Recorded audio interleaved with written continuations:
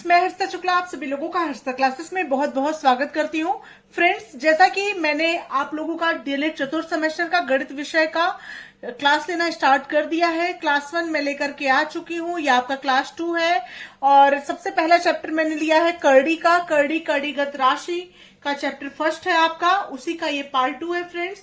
और क्लास 1 आप लोग जरूर देख लेंगे क्योंकि वहां पे इसी चैप्टर से रिलेटेड जो है सभी फॉर्मूले और जो महत्वपूर्ण प्रश्न बनते थे वो सभी प्रश्न मैं क्लास 1 में करा चुकी हूँ। ये क्लास 2 है जो कि बहुत ही महत्वपूर्ण प्रश्नों की सीरीज है।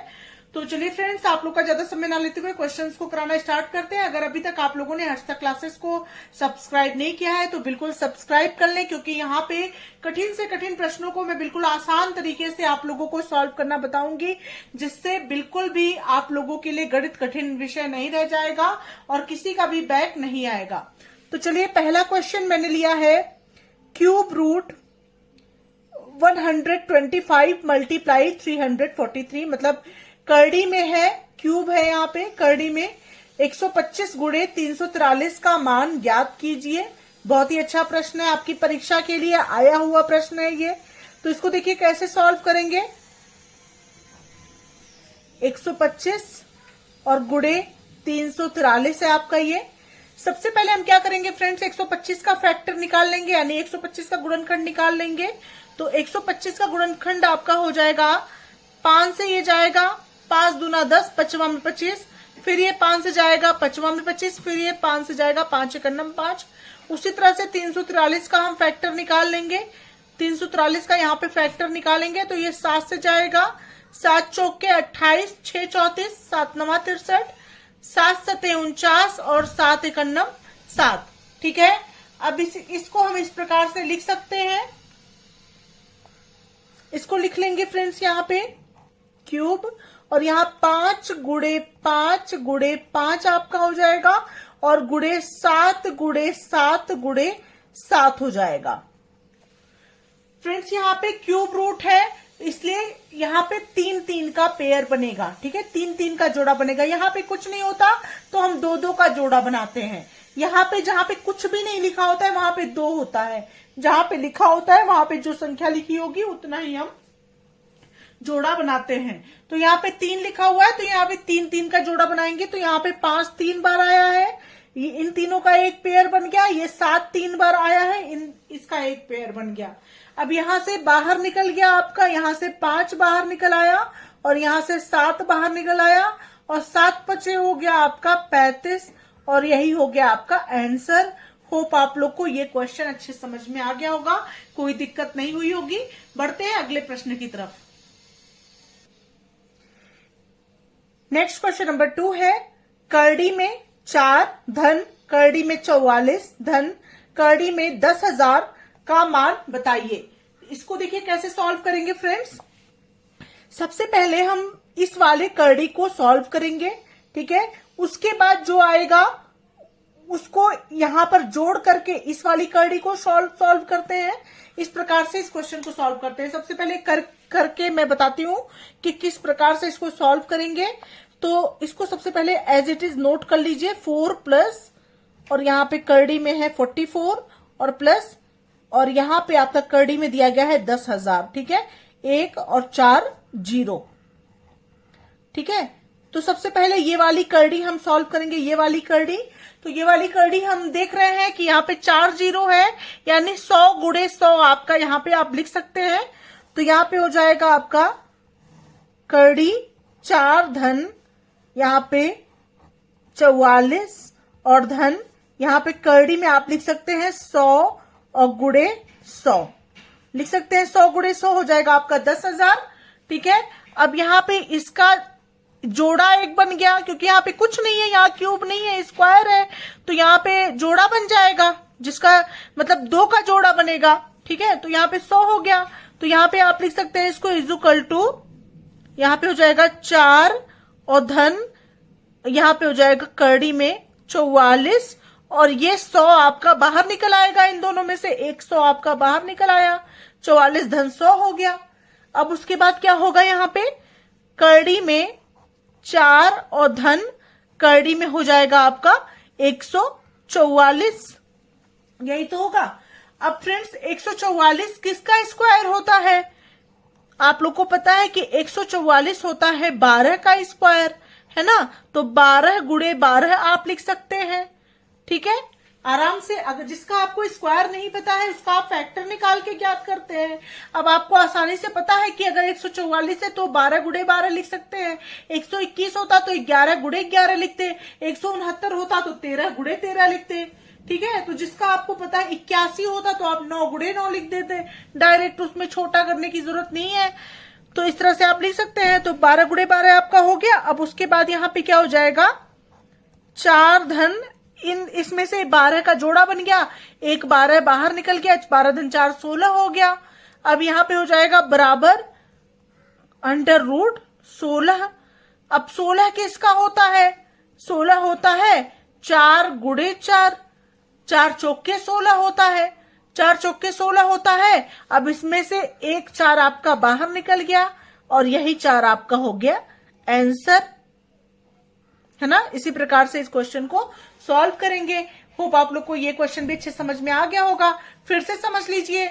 सबसे पहले आपको दिया गया है 4 धन करड़ी में 44 धन करड़ी में 10,000 का मान ज्ञात कीजिए। सबसे पहले आप इस 10,000 को सॉल्व करेंगे।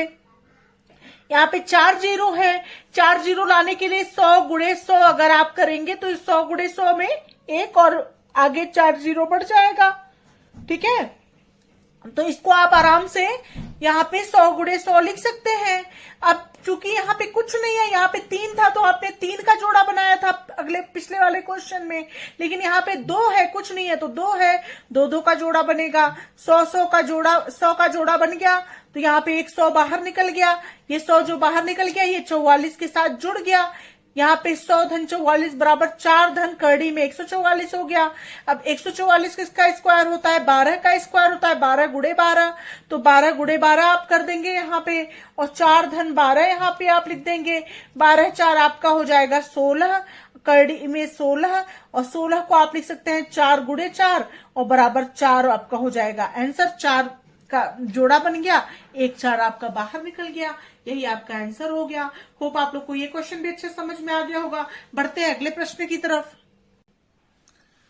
नेक्स्ट क्वेश्चन नंबर 3 है फ्रेंड्स, करड़ी में 2 की घाते 4 धन 3 रूट 64 धन 4 रूट 2 की घाते 8, मतलब करड़ी में 2 की घाते 4 धन 3 करड़ी में 64 धन 4 करड़ी में 2 की घाते 8 का मान बताइए। देखिए इस क्वेश्चन को कैसे सॉल्व करेंगे, बहुत ही अच्छा प्रश्न है।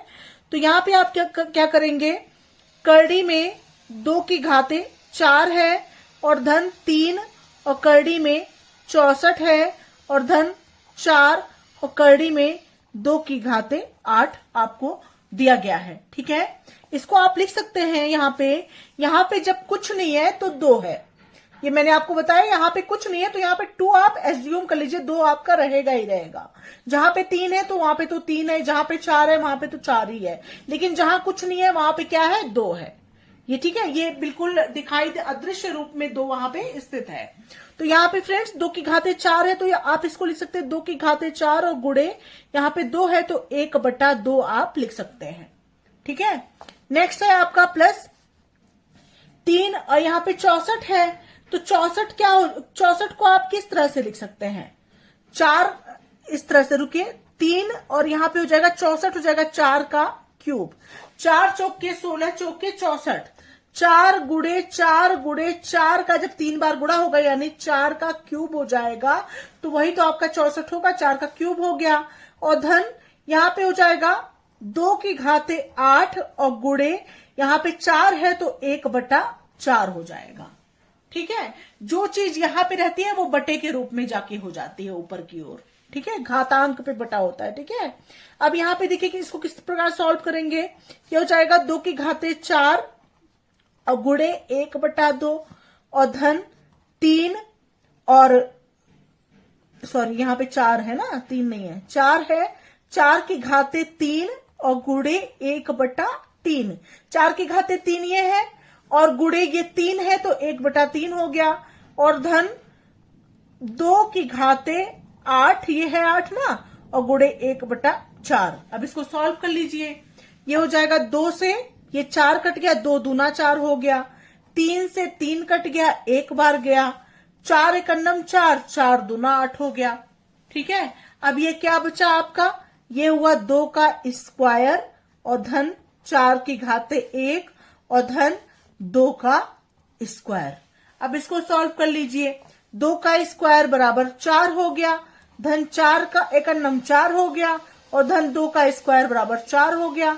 ये हो जाएगा 4 4 8 4 12 और यही 12 हो गया आपका आंसर। होप आप लोग को ये क्वेश्चन भी अच्छे समझ में आ गया होगा, बिल्कुल भी दिक्कत नहीं होगा। ठीक है फ्रेंड्स, बहुत ही आसान शब्दों में मैं समझा रही हूँ।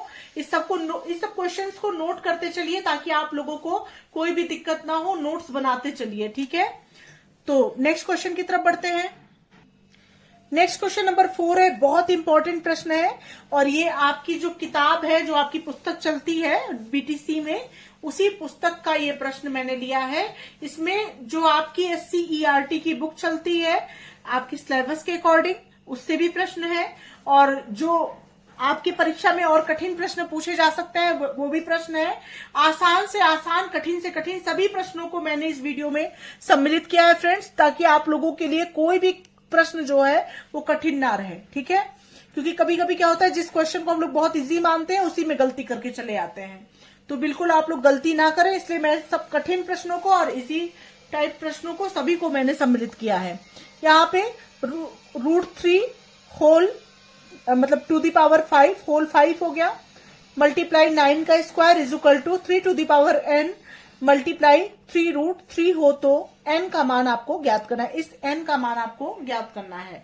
अब देखिए इस क्वेश्चन को कैसे सॉल्व करते हैं। क्वेश्चन को सबसे पहले नोट कर लीजिए, √3 whole to the power 5 multiply 9 का square is equal to 3 to the power n multiply 3√3। अब देखिए इसको कैसे सॉल्व करते हैं।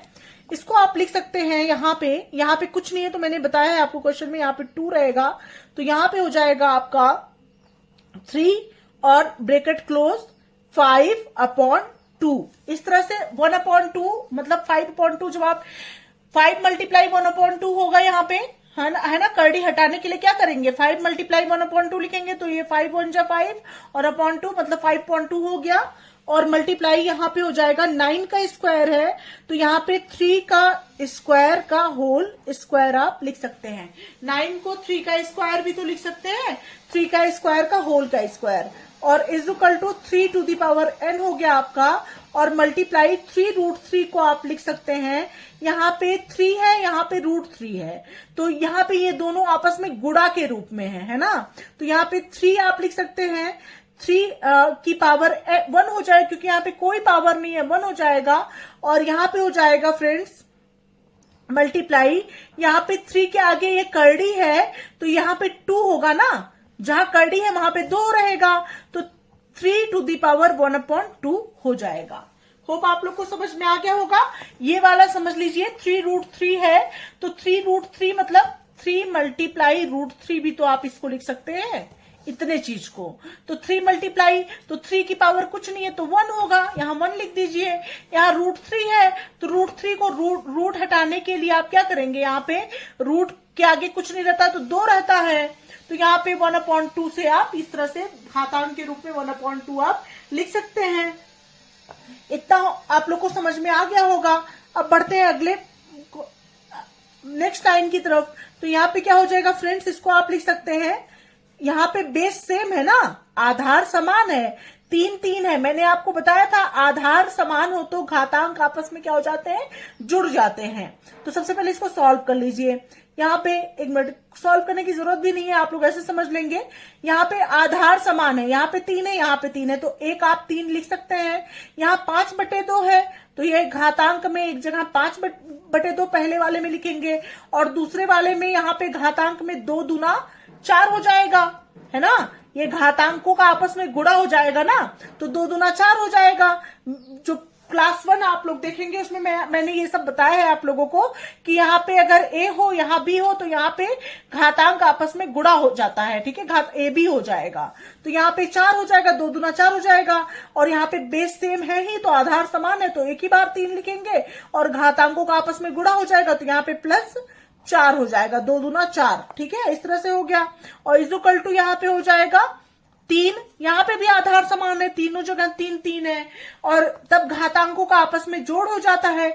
जब आधार समान होते हैं, मैंने क्लास 1 में आप लोगों को बहुत अच्छे से बताया था, जब आधार समान होते हैं गुणा की दशा में घातांक आपस में जुड़ जाते हैं। जब आधार समान होते हैं भाग की दशा होती है तो घातांक आपस में घट जाते हैं। ठीक है, ये आपको रूल मैं बता चुकी हूं। तो यहाँ पे गुणा की कंडीशन है तो घातांक आपस में जुड़ जाएंगे, n+1+1/2 हो जाएगा। ठीक है, इस तरह से हो गया। अब इसको फिर से और सॉल्व कर लीजिए। 3 यहाँ पे रहेगा, यहाँ पे 4 दूना 8, 5 13/2 हो जाएगा। ठीक है, 2 का 4 में गुणा हो जाएगा, 8 हो जाएगा, 8 धन 5 13 हो गया, और बटे 2 सबके बटे 2 हो गया, और बराबर हो जाएगा ये आपका 3, और यहाँ पे n+2 1 2 1 3/2 हो गया। ठीक है, अब आधार समान है, यहाँ पे 3 है, यहाँ पे 3 है, तो घातांक भी एक दूसरे के क्या होंगे, समान होंगे, एक दूसरे के बराबर ही होंगे। तो यहाँ पे क्या लिख सकते हैं, 13/2, और बराबर हो जाएगा n+3/2 के। 13/2 = n+3/2 इस तरह से लिख सकते हैं, क्योंकि आधार समान है तो घातांक भी समान होंगे। ठीक है, अब n = आपका हो जाएगा 13/2, और ये प्लस का 3/2 है। जब 13/2 के बगल में ये जाएगा, पॉजिटिव में कोई वैल्यू होती है, इक्वल के उधर जाती है, तो वैल्यू क्या हो जाती है, निगेटिव में हो जाती है, तो -3/2 हो जाएगा। ठीक है, अब इसको सॉल्व कर लीजिए। n बराबर 2, यहाँ पे लाशा निकल, 2 2 है ही, समान है, यहाँ पे 13 - 3 हो गया, बराबर 10/2, 2 1 2, 2 5 10, और यहाँ n = 5 आपका हो गया आंसर। होप आप लोग को ये क्वेश्चन अच्छे समझ में आ गया होगा, कोई दिक्कत नहीं होगी। बढ़ते हैं अगले प्रश्न की तरफ। फ्रेंड्स, अगला क्वेश्चन है √72 + √18 का मान ज्ञात कीजिए। ठीक है, करड़ी में 72 धन करड़ी में 18 का मान आपको ज्ञात करना है। तो यहाँ पे आप लोग देख सकते हैं आधार समान नहीं है, 72 और 18 एक दूसरे के इक्वल नहीं है, तो ये जुड़ नहीं सकते हैं। तो इसके लिए सबसे पहले आप क्या करेंगे, आधार को आपको समान करना पड़ेगा। तो यहाँ पे क्या हो जाएगा फ्रेंड्स, यहाँ पे 72 का आप फैक्टर निकालेंगे, गुणनखंड करेंगे, और 18 का आप गुणनखंड करेंगे। तो 72 का जब आप गुणनखंड करेंगे तो ये हो जाएगा, 2 से जाएगा, 2 3 6, 1 7, 2 6 12, 2 से जाएगा, 2 1 2, 2 8 16, फिर 2 से जाएगा, 2 9 18, फिर ये 3 से जाएगा, 3 3 9, फिर 3 से जाएगा, 3 1 3। 18 को अब आप करेंगे तो ये हो जाएगा 2 9 18, 3 3 9, 3 1 3। ठीक है, इस तरह से हो गया। अब इसमें आप क्या कर सकते हैं, इस तरह से आप लिख लीजिए, 2 × 2 × 2 × 3 × 3, और धन 18 का आप क्या लिख सकते हैं, 2 × 3 × 3 लिख सकते हैं।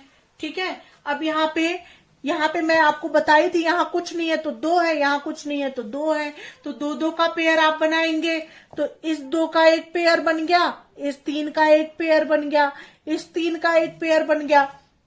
जिसका जोड़ा बन रहा है वो आप बाहर निकाल दीजिए।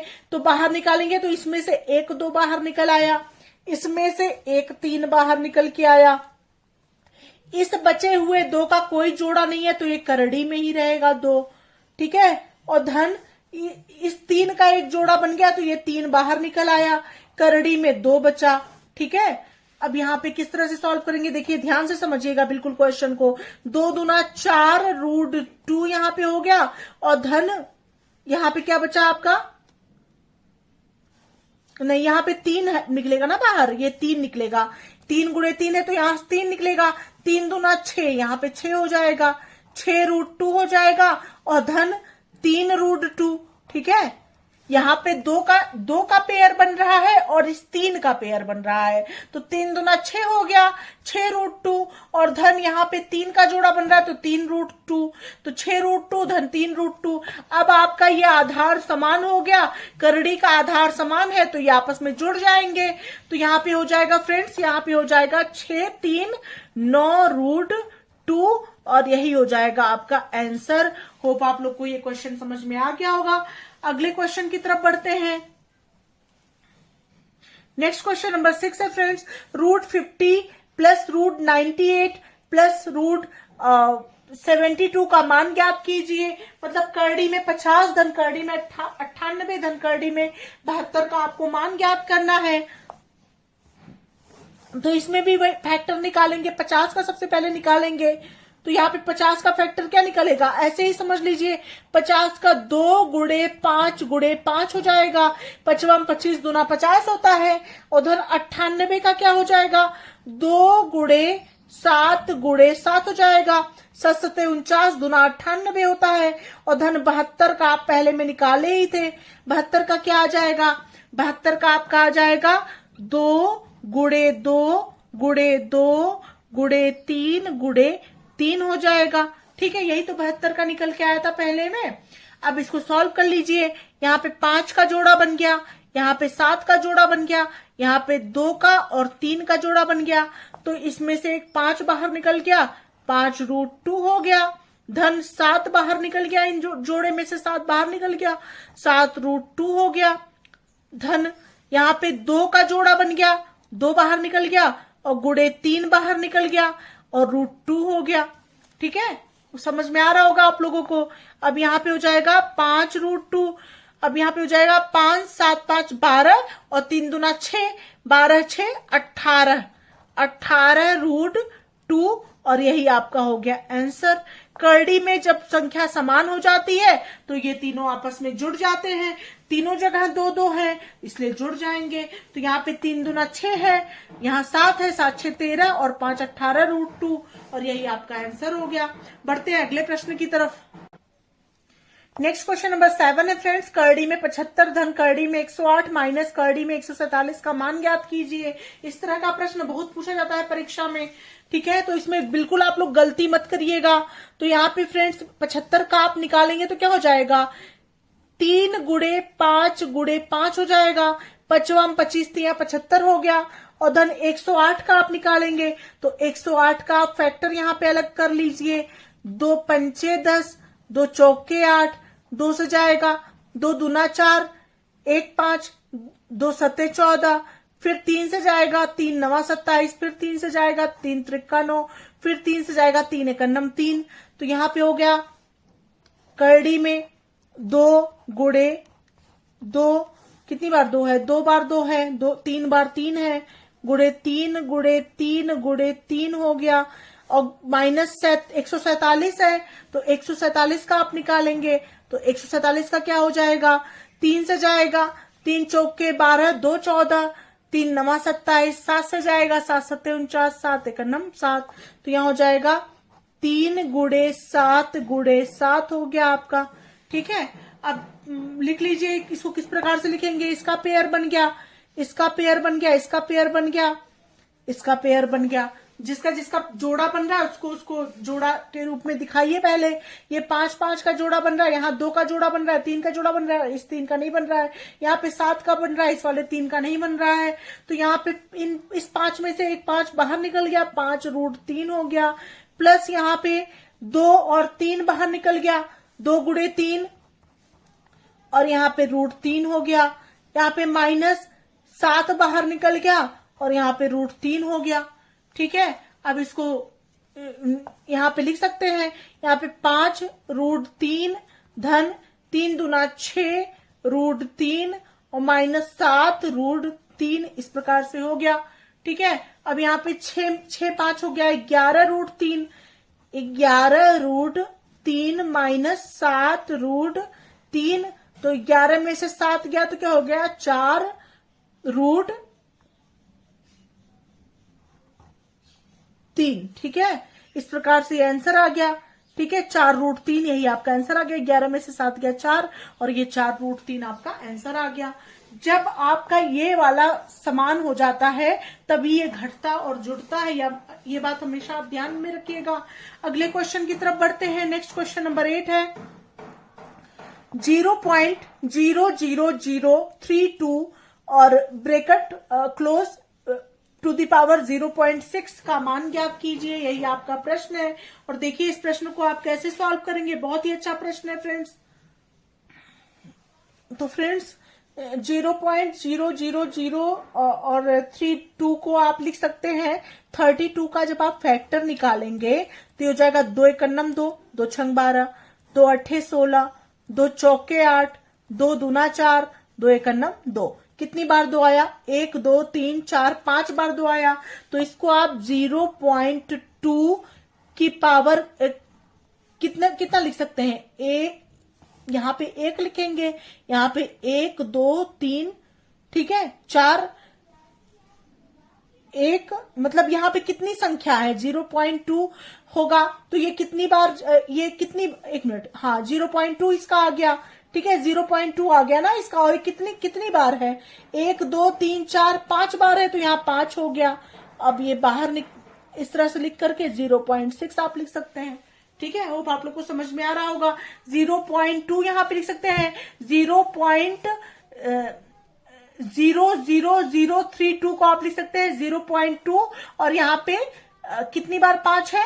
5 बार, सॉरी कितनी बार 2 है? 5 बार 2 है, तो होल पावर 5, और ये ब्रैकेट क्लोज, यहाँ पे 0.6 हो गया। अब इसको देखिए कैसे सॉल्व करेंगे। 0.2, ठीक है, और यहाँ पे लिख सकते हैं 5 गुणे, और यहाँ पे 6 बटे, यहाँ पे पॉइंट हटाने के लिए आप क्या कर सकते हैं? 1, और यहाँ पे 0 बढ़ा सकते हैं, पॉइंट की जगह 1 और एक संख्या की जगह 0, तो 6 बटे 10 हो गया, ठीक है, इस तरह से कर सकते हैं। अब 5 एकन्नम 5 हो गया, 5 दूना 10 हो गया, 2 एकन्नम 2, 2 तिया 6 हो गया। ये हो गया आपका 0.2 का क्यूब, ठीक है। अब यहाँ पे हो गया 0.2 मल्टीप्लाई 0.2 मल्टीप्लाई 0.2। अब ये तीनों का जब गुणा होगा तो ये हो जाएगा आपका 0.008, यही आपका आंसर हो गया, ठीक है। 3 अंक पे दशमलव है तो 3 अंक पे दशमलव बढ़ाना है। आगे जो 2 दूना 4 दूना 8 होता है, 3 अंक पे आपको दशमलव लगाना है, तो 3 अंक करने के लिए आगे 2 जीरो बढ़ा देंगे। 8 तो 1 अंक है ही, आगे 2 जीरो बढ़ा के दशमलव लगा देंगे तो 3 अंक पे दशमलव हो गया।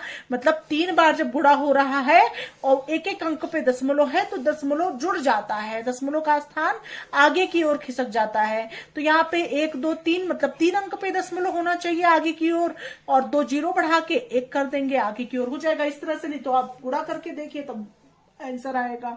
होप आप लोग को ये क्वेश्चन, जो 8 क्वेश्चन मैंने बताया इस वीडियो में, सभी समझ में आ गए होंगे, किसी भी क्वेश्चन में कोई डाउट नहीं होगा।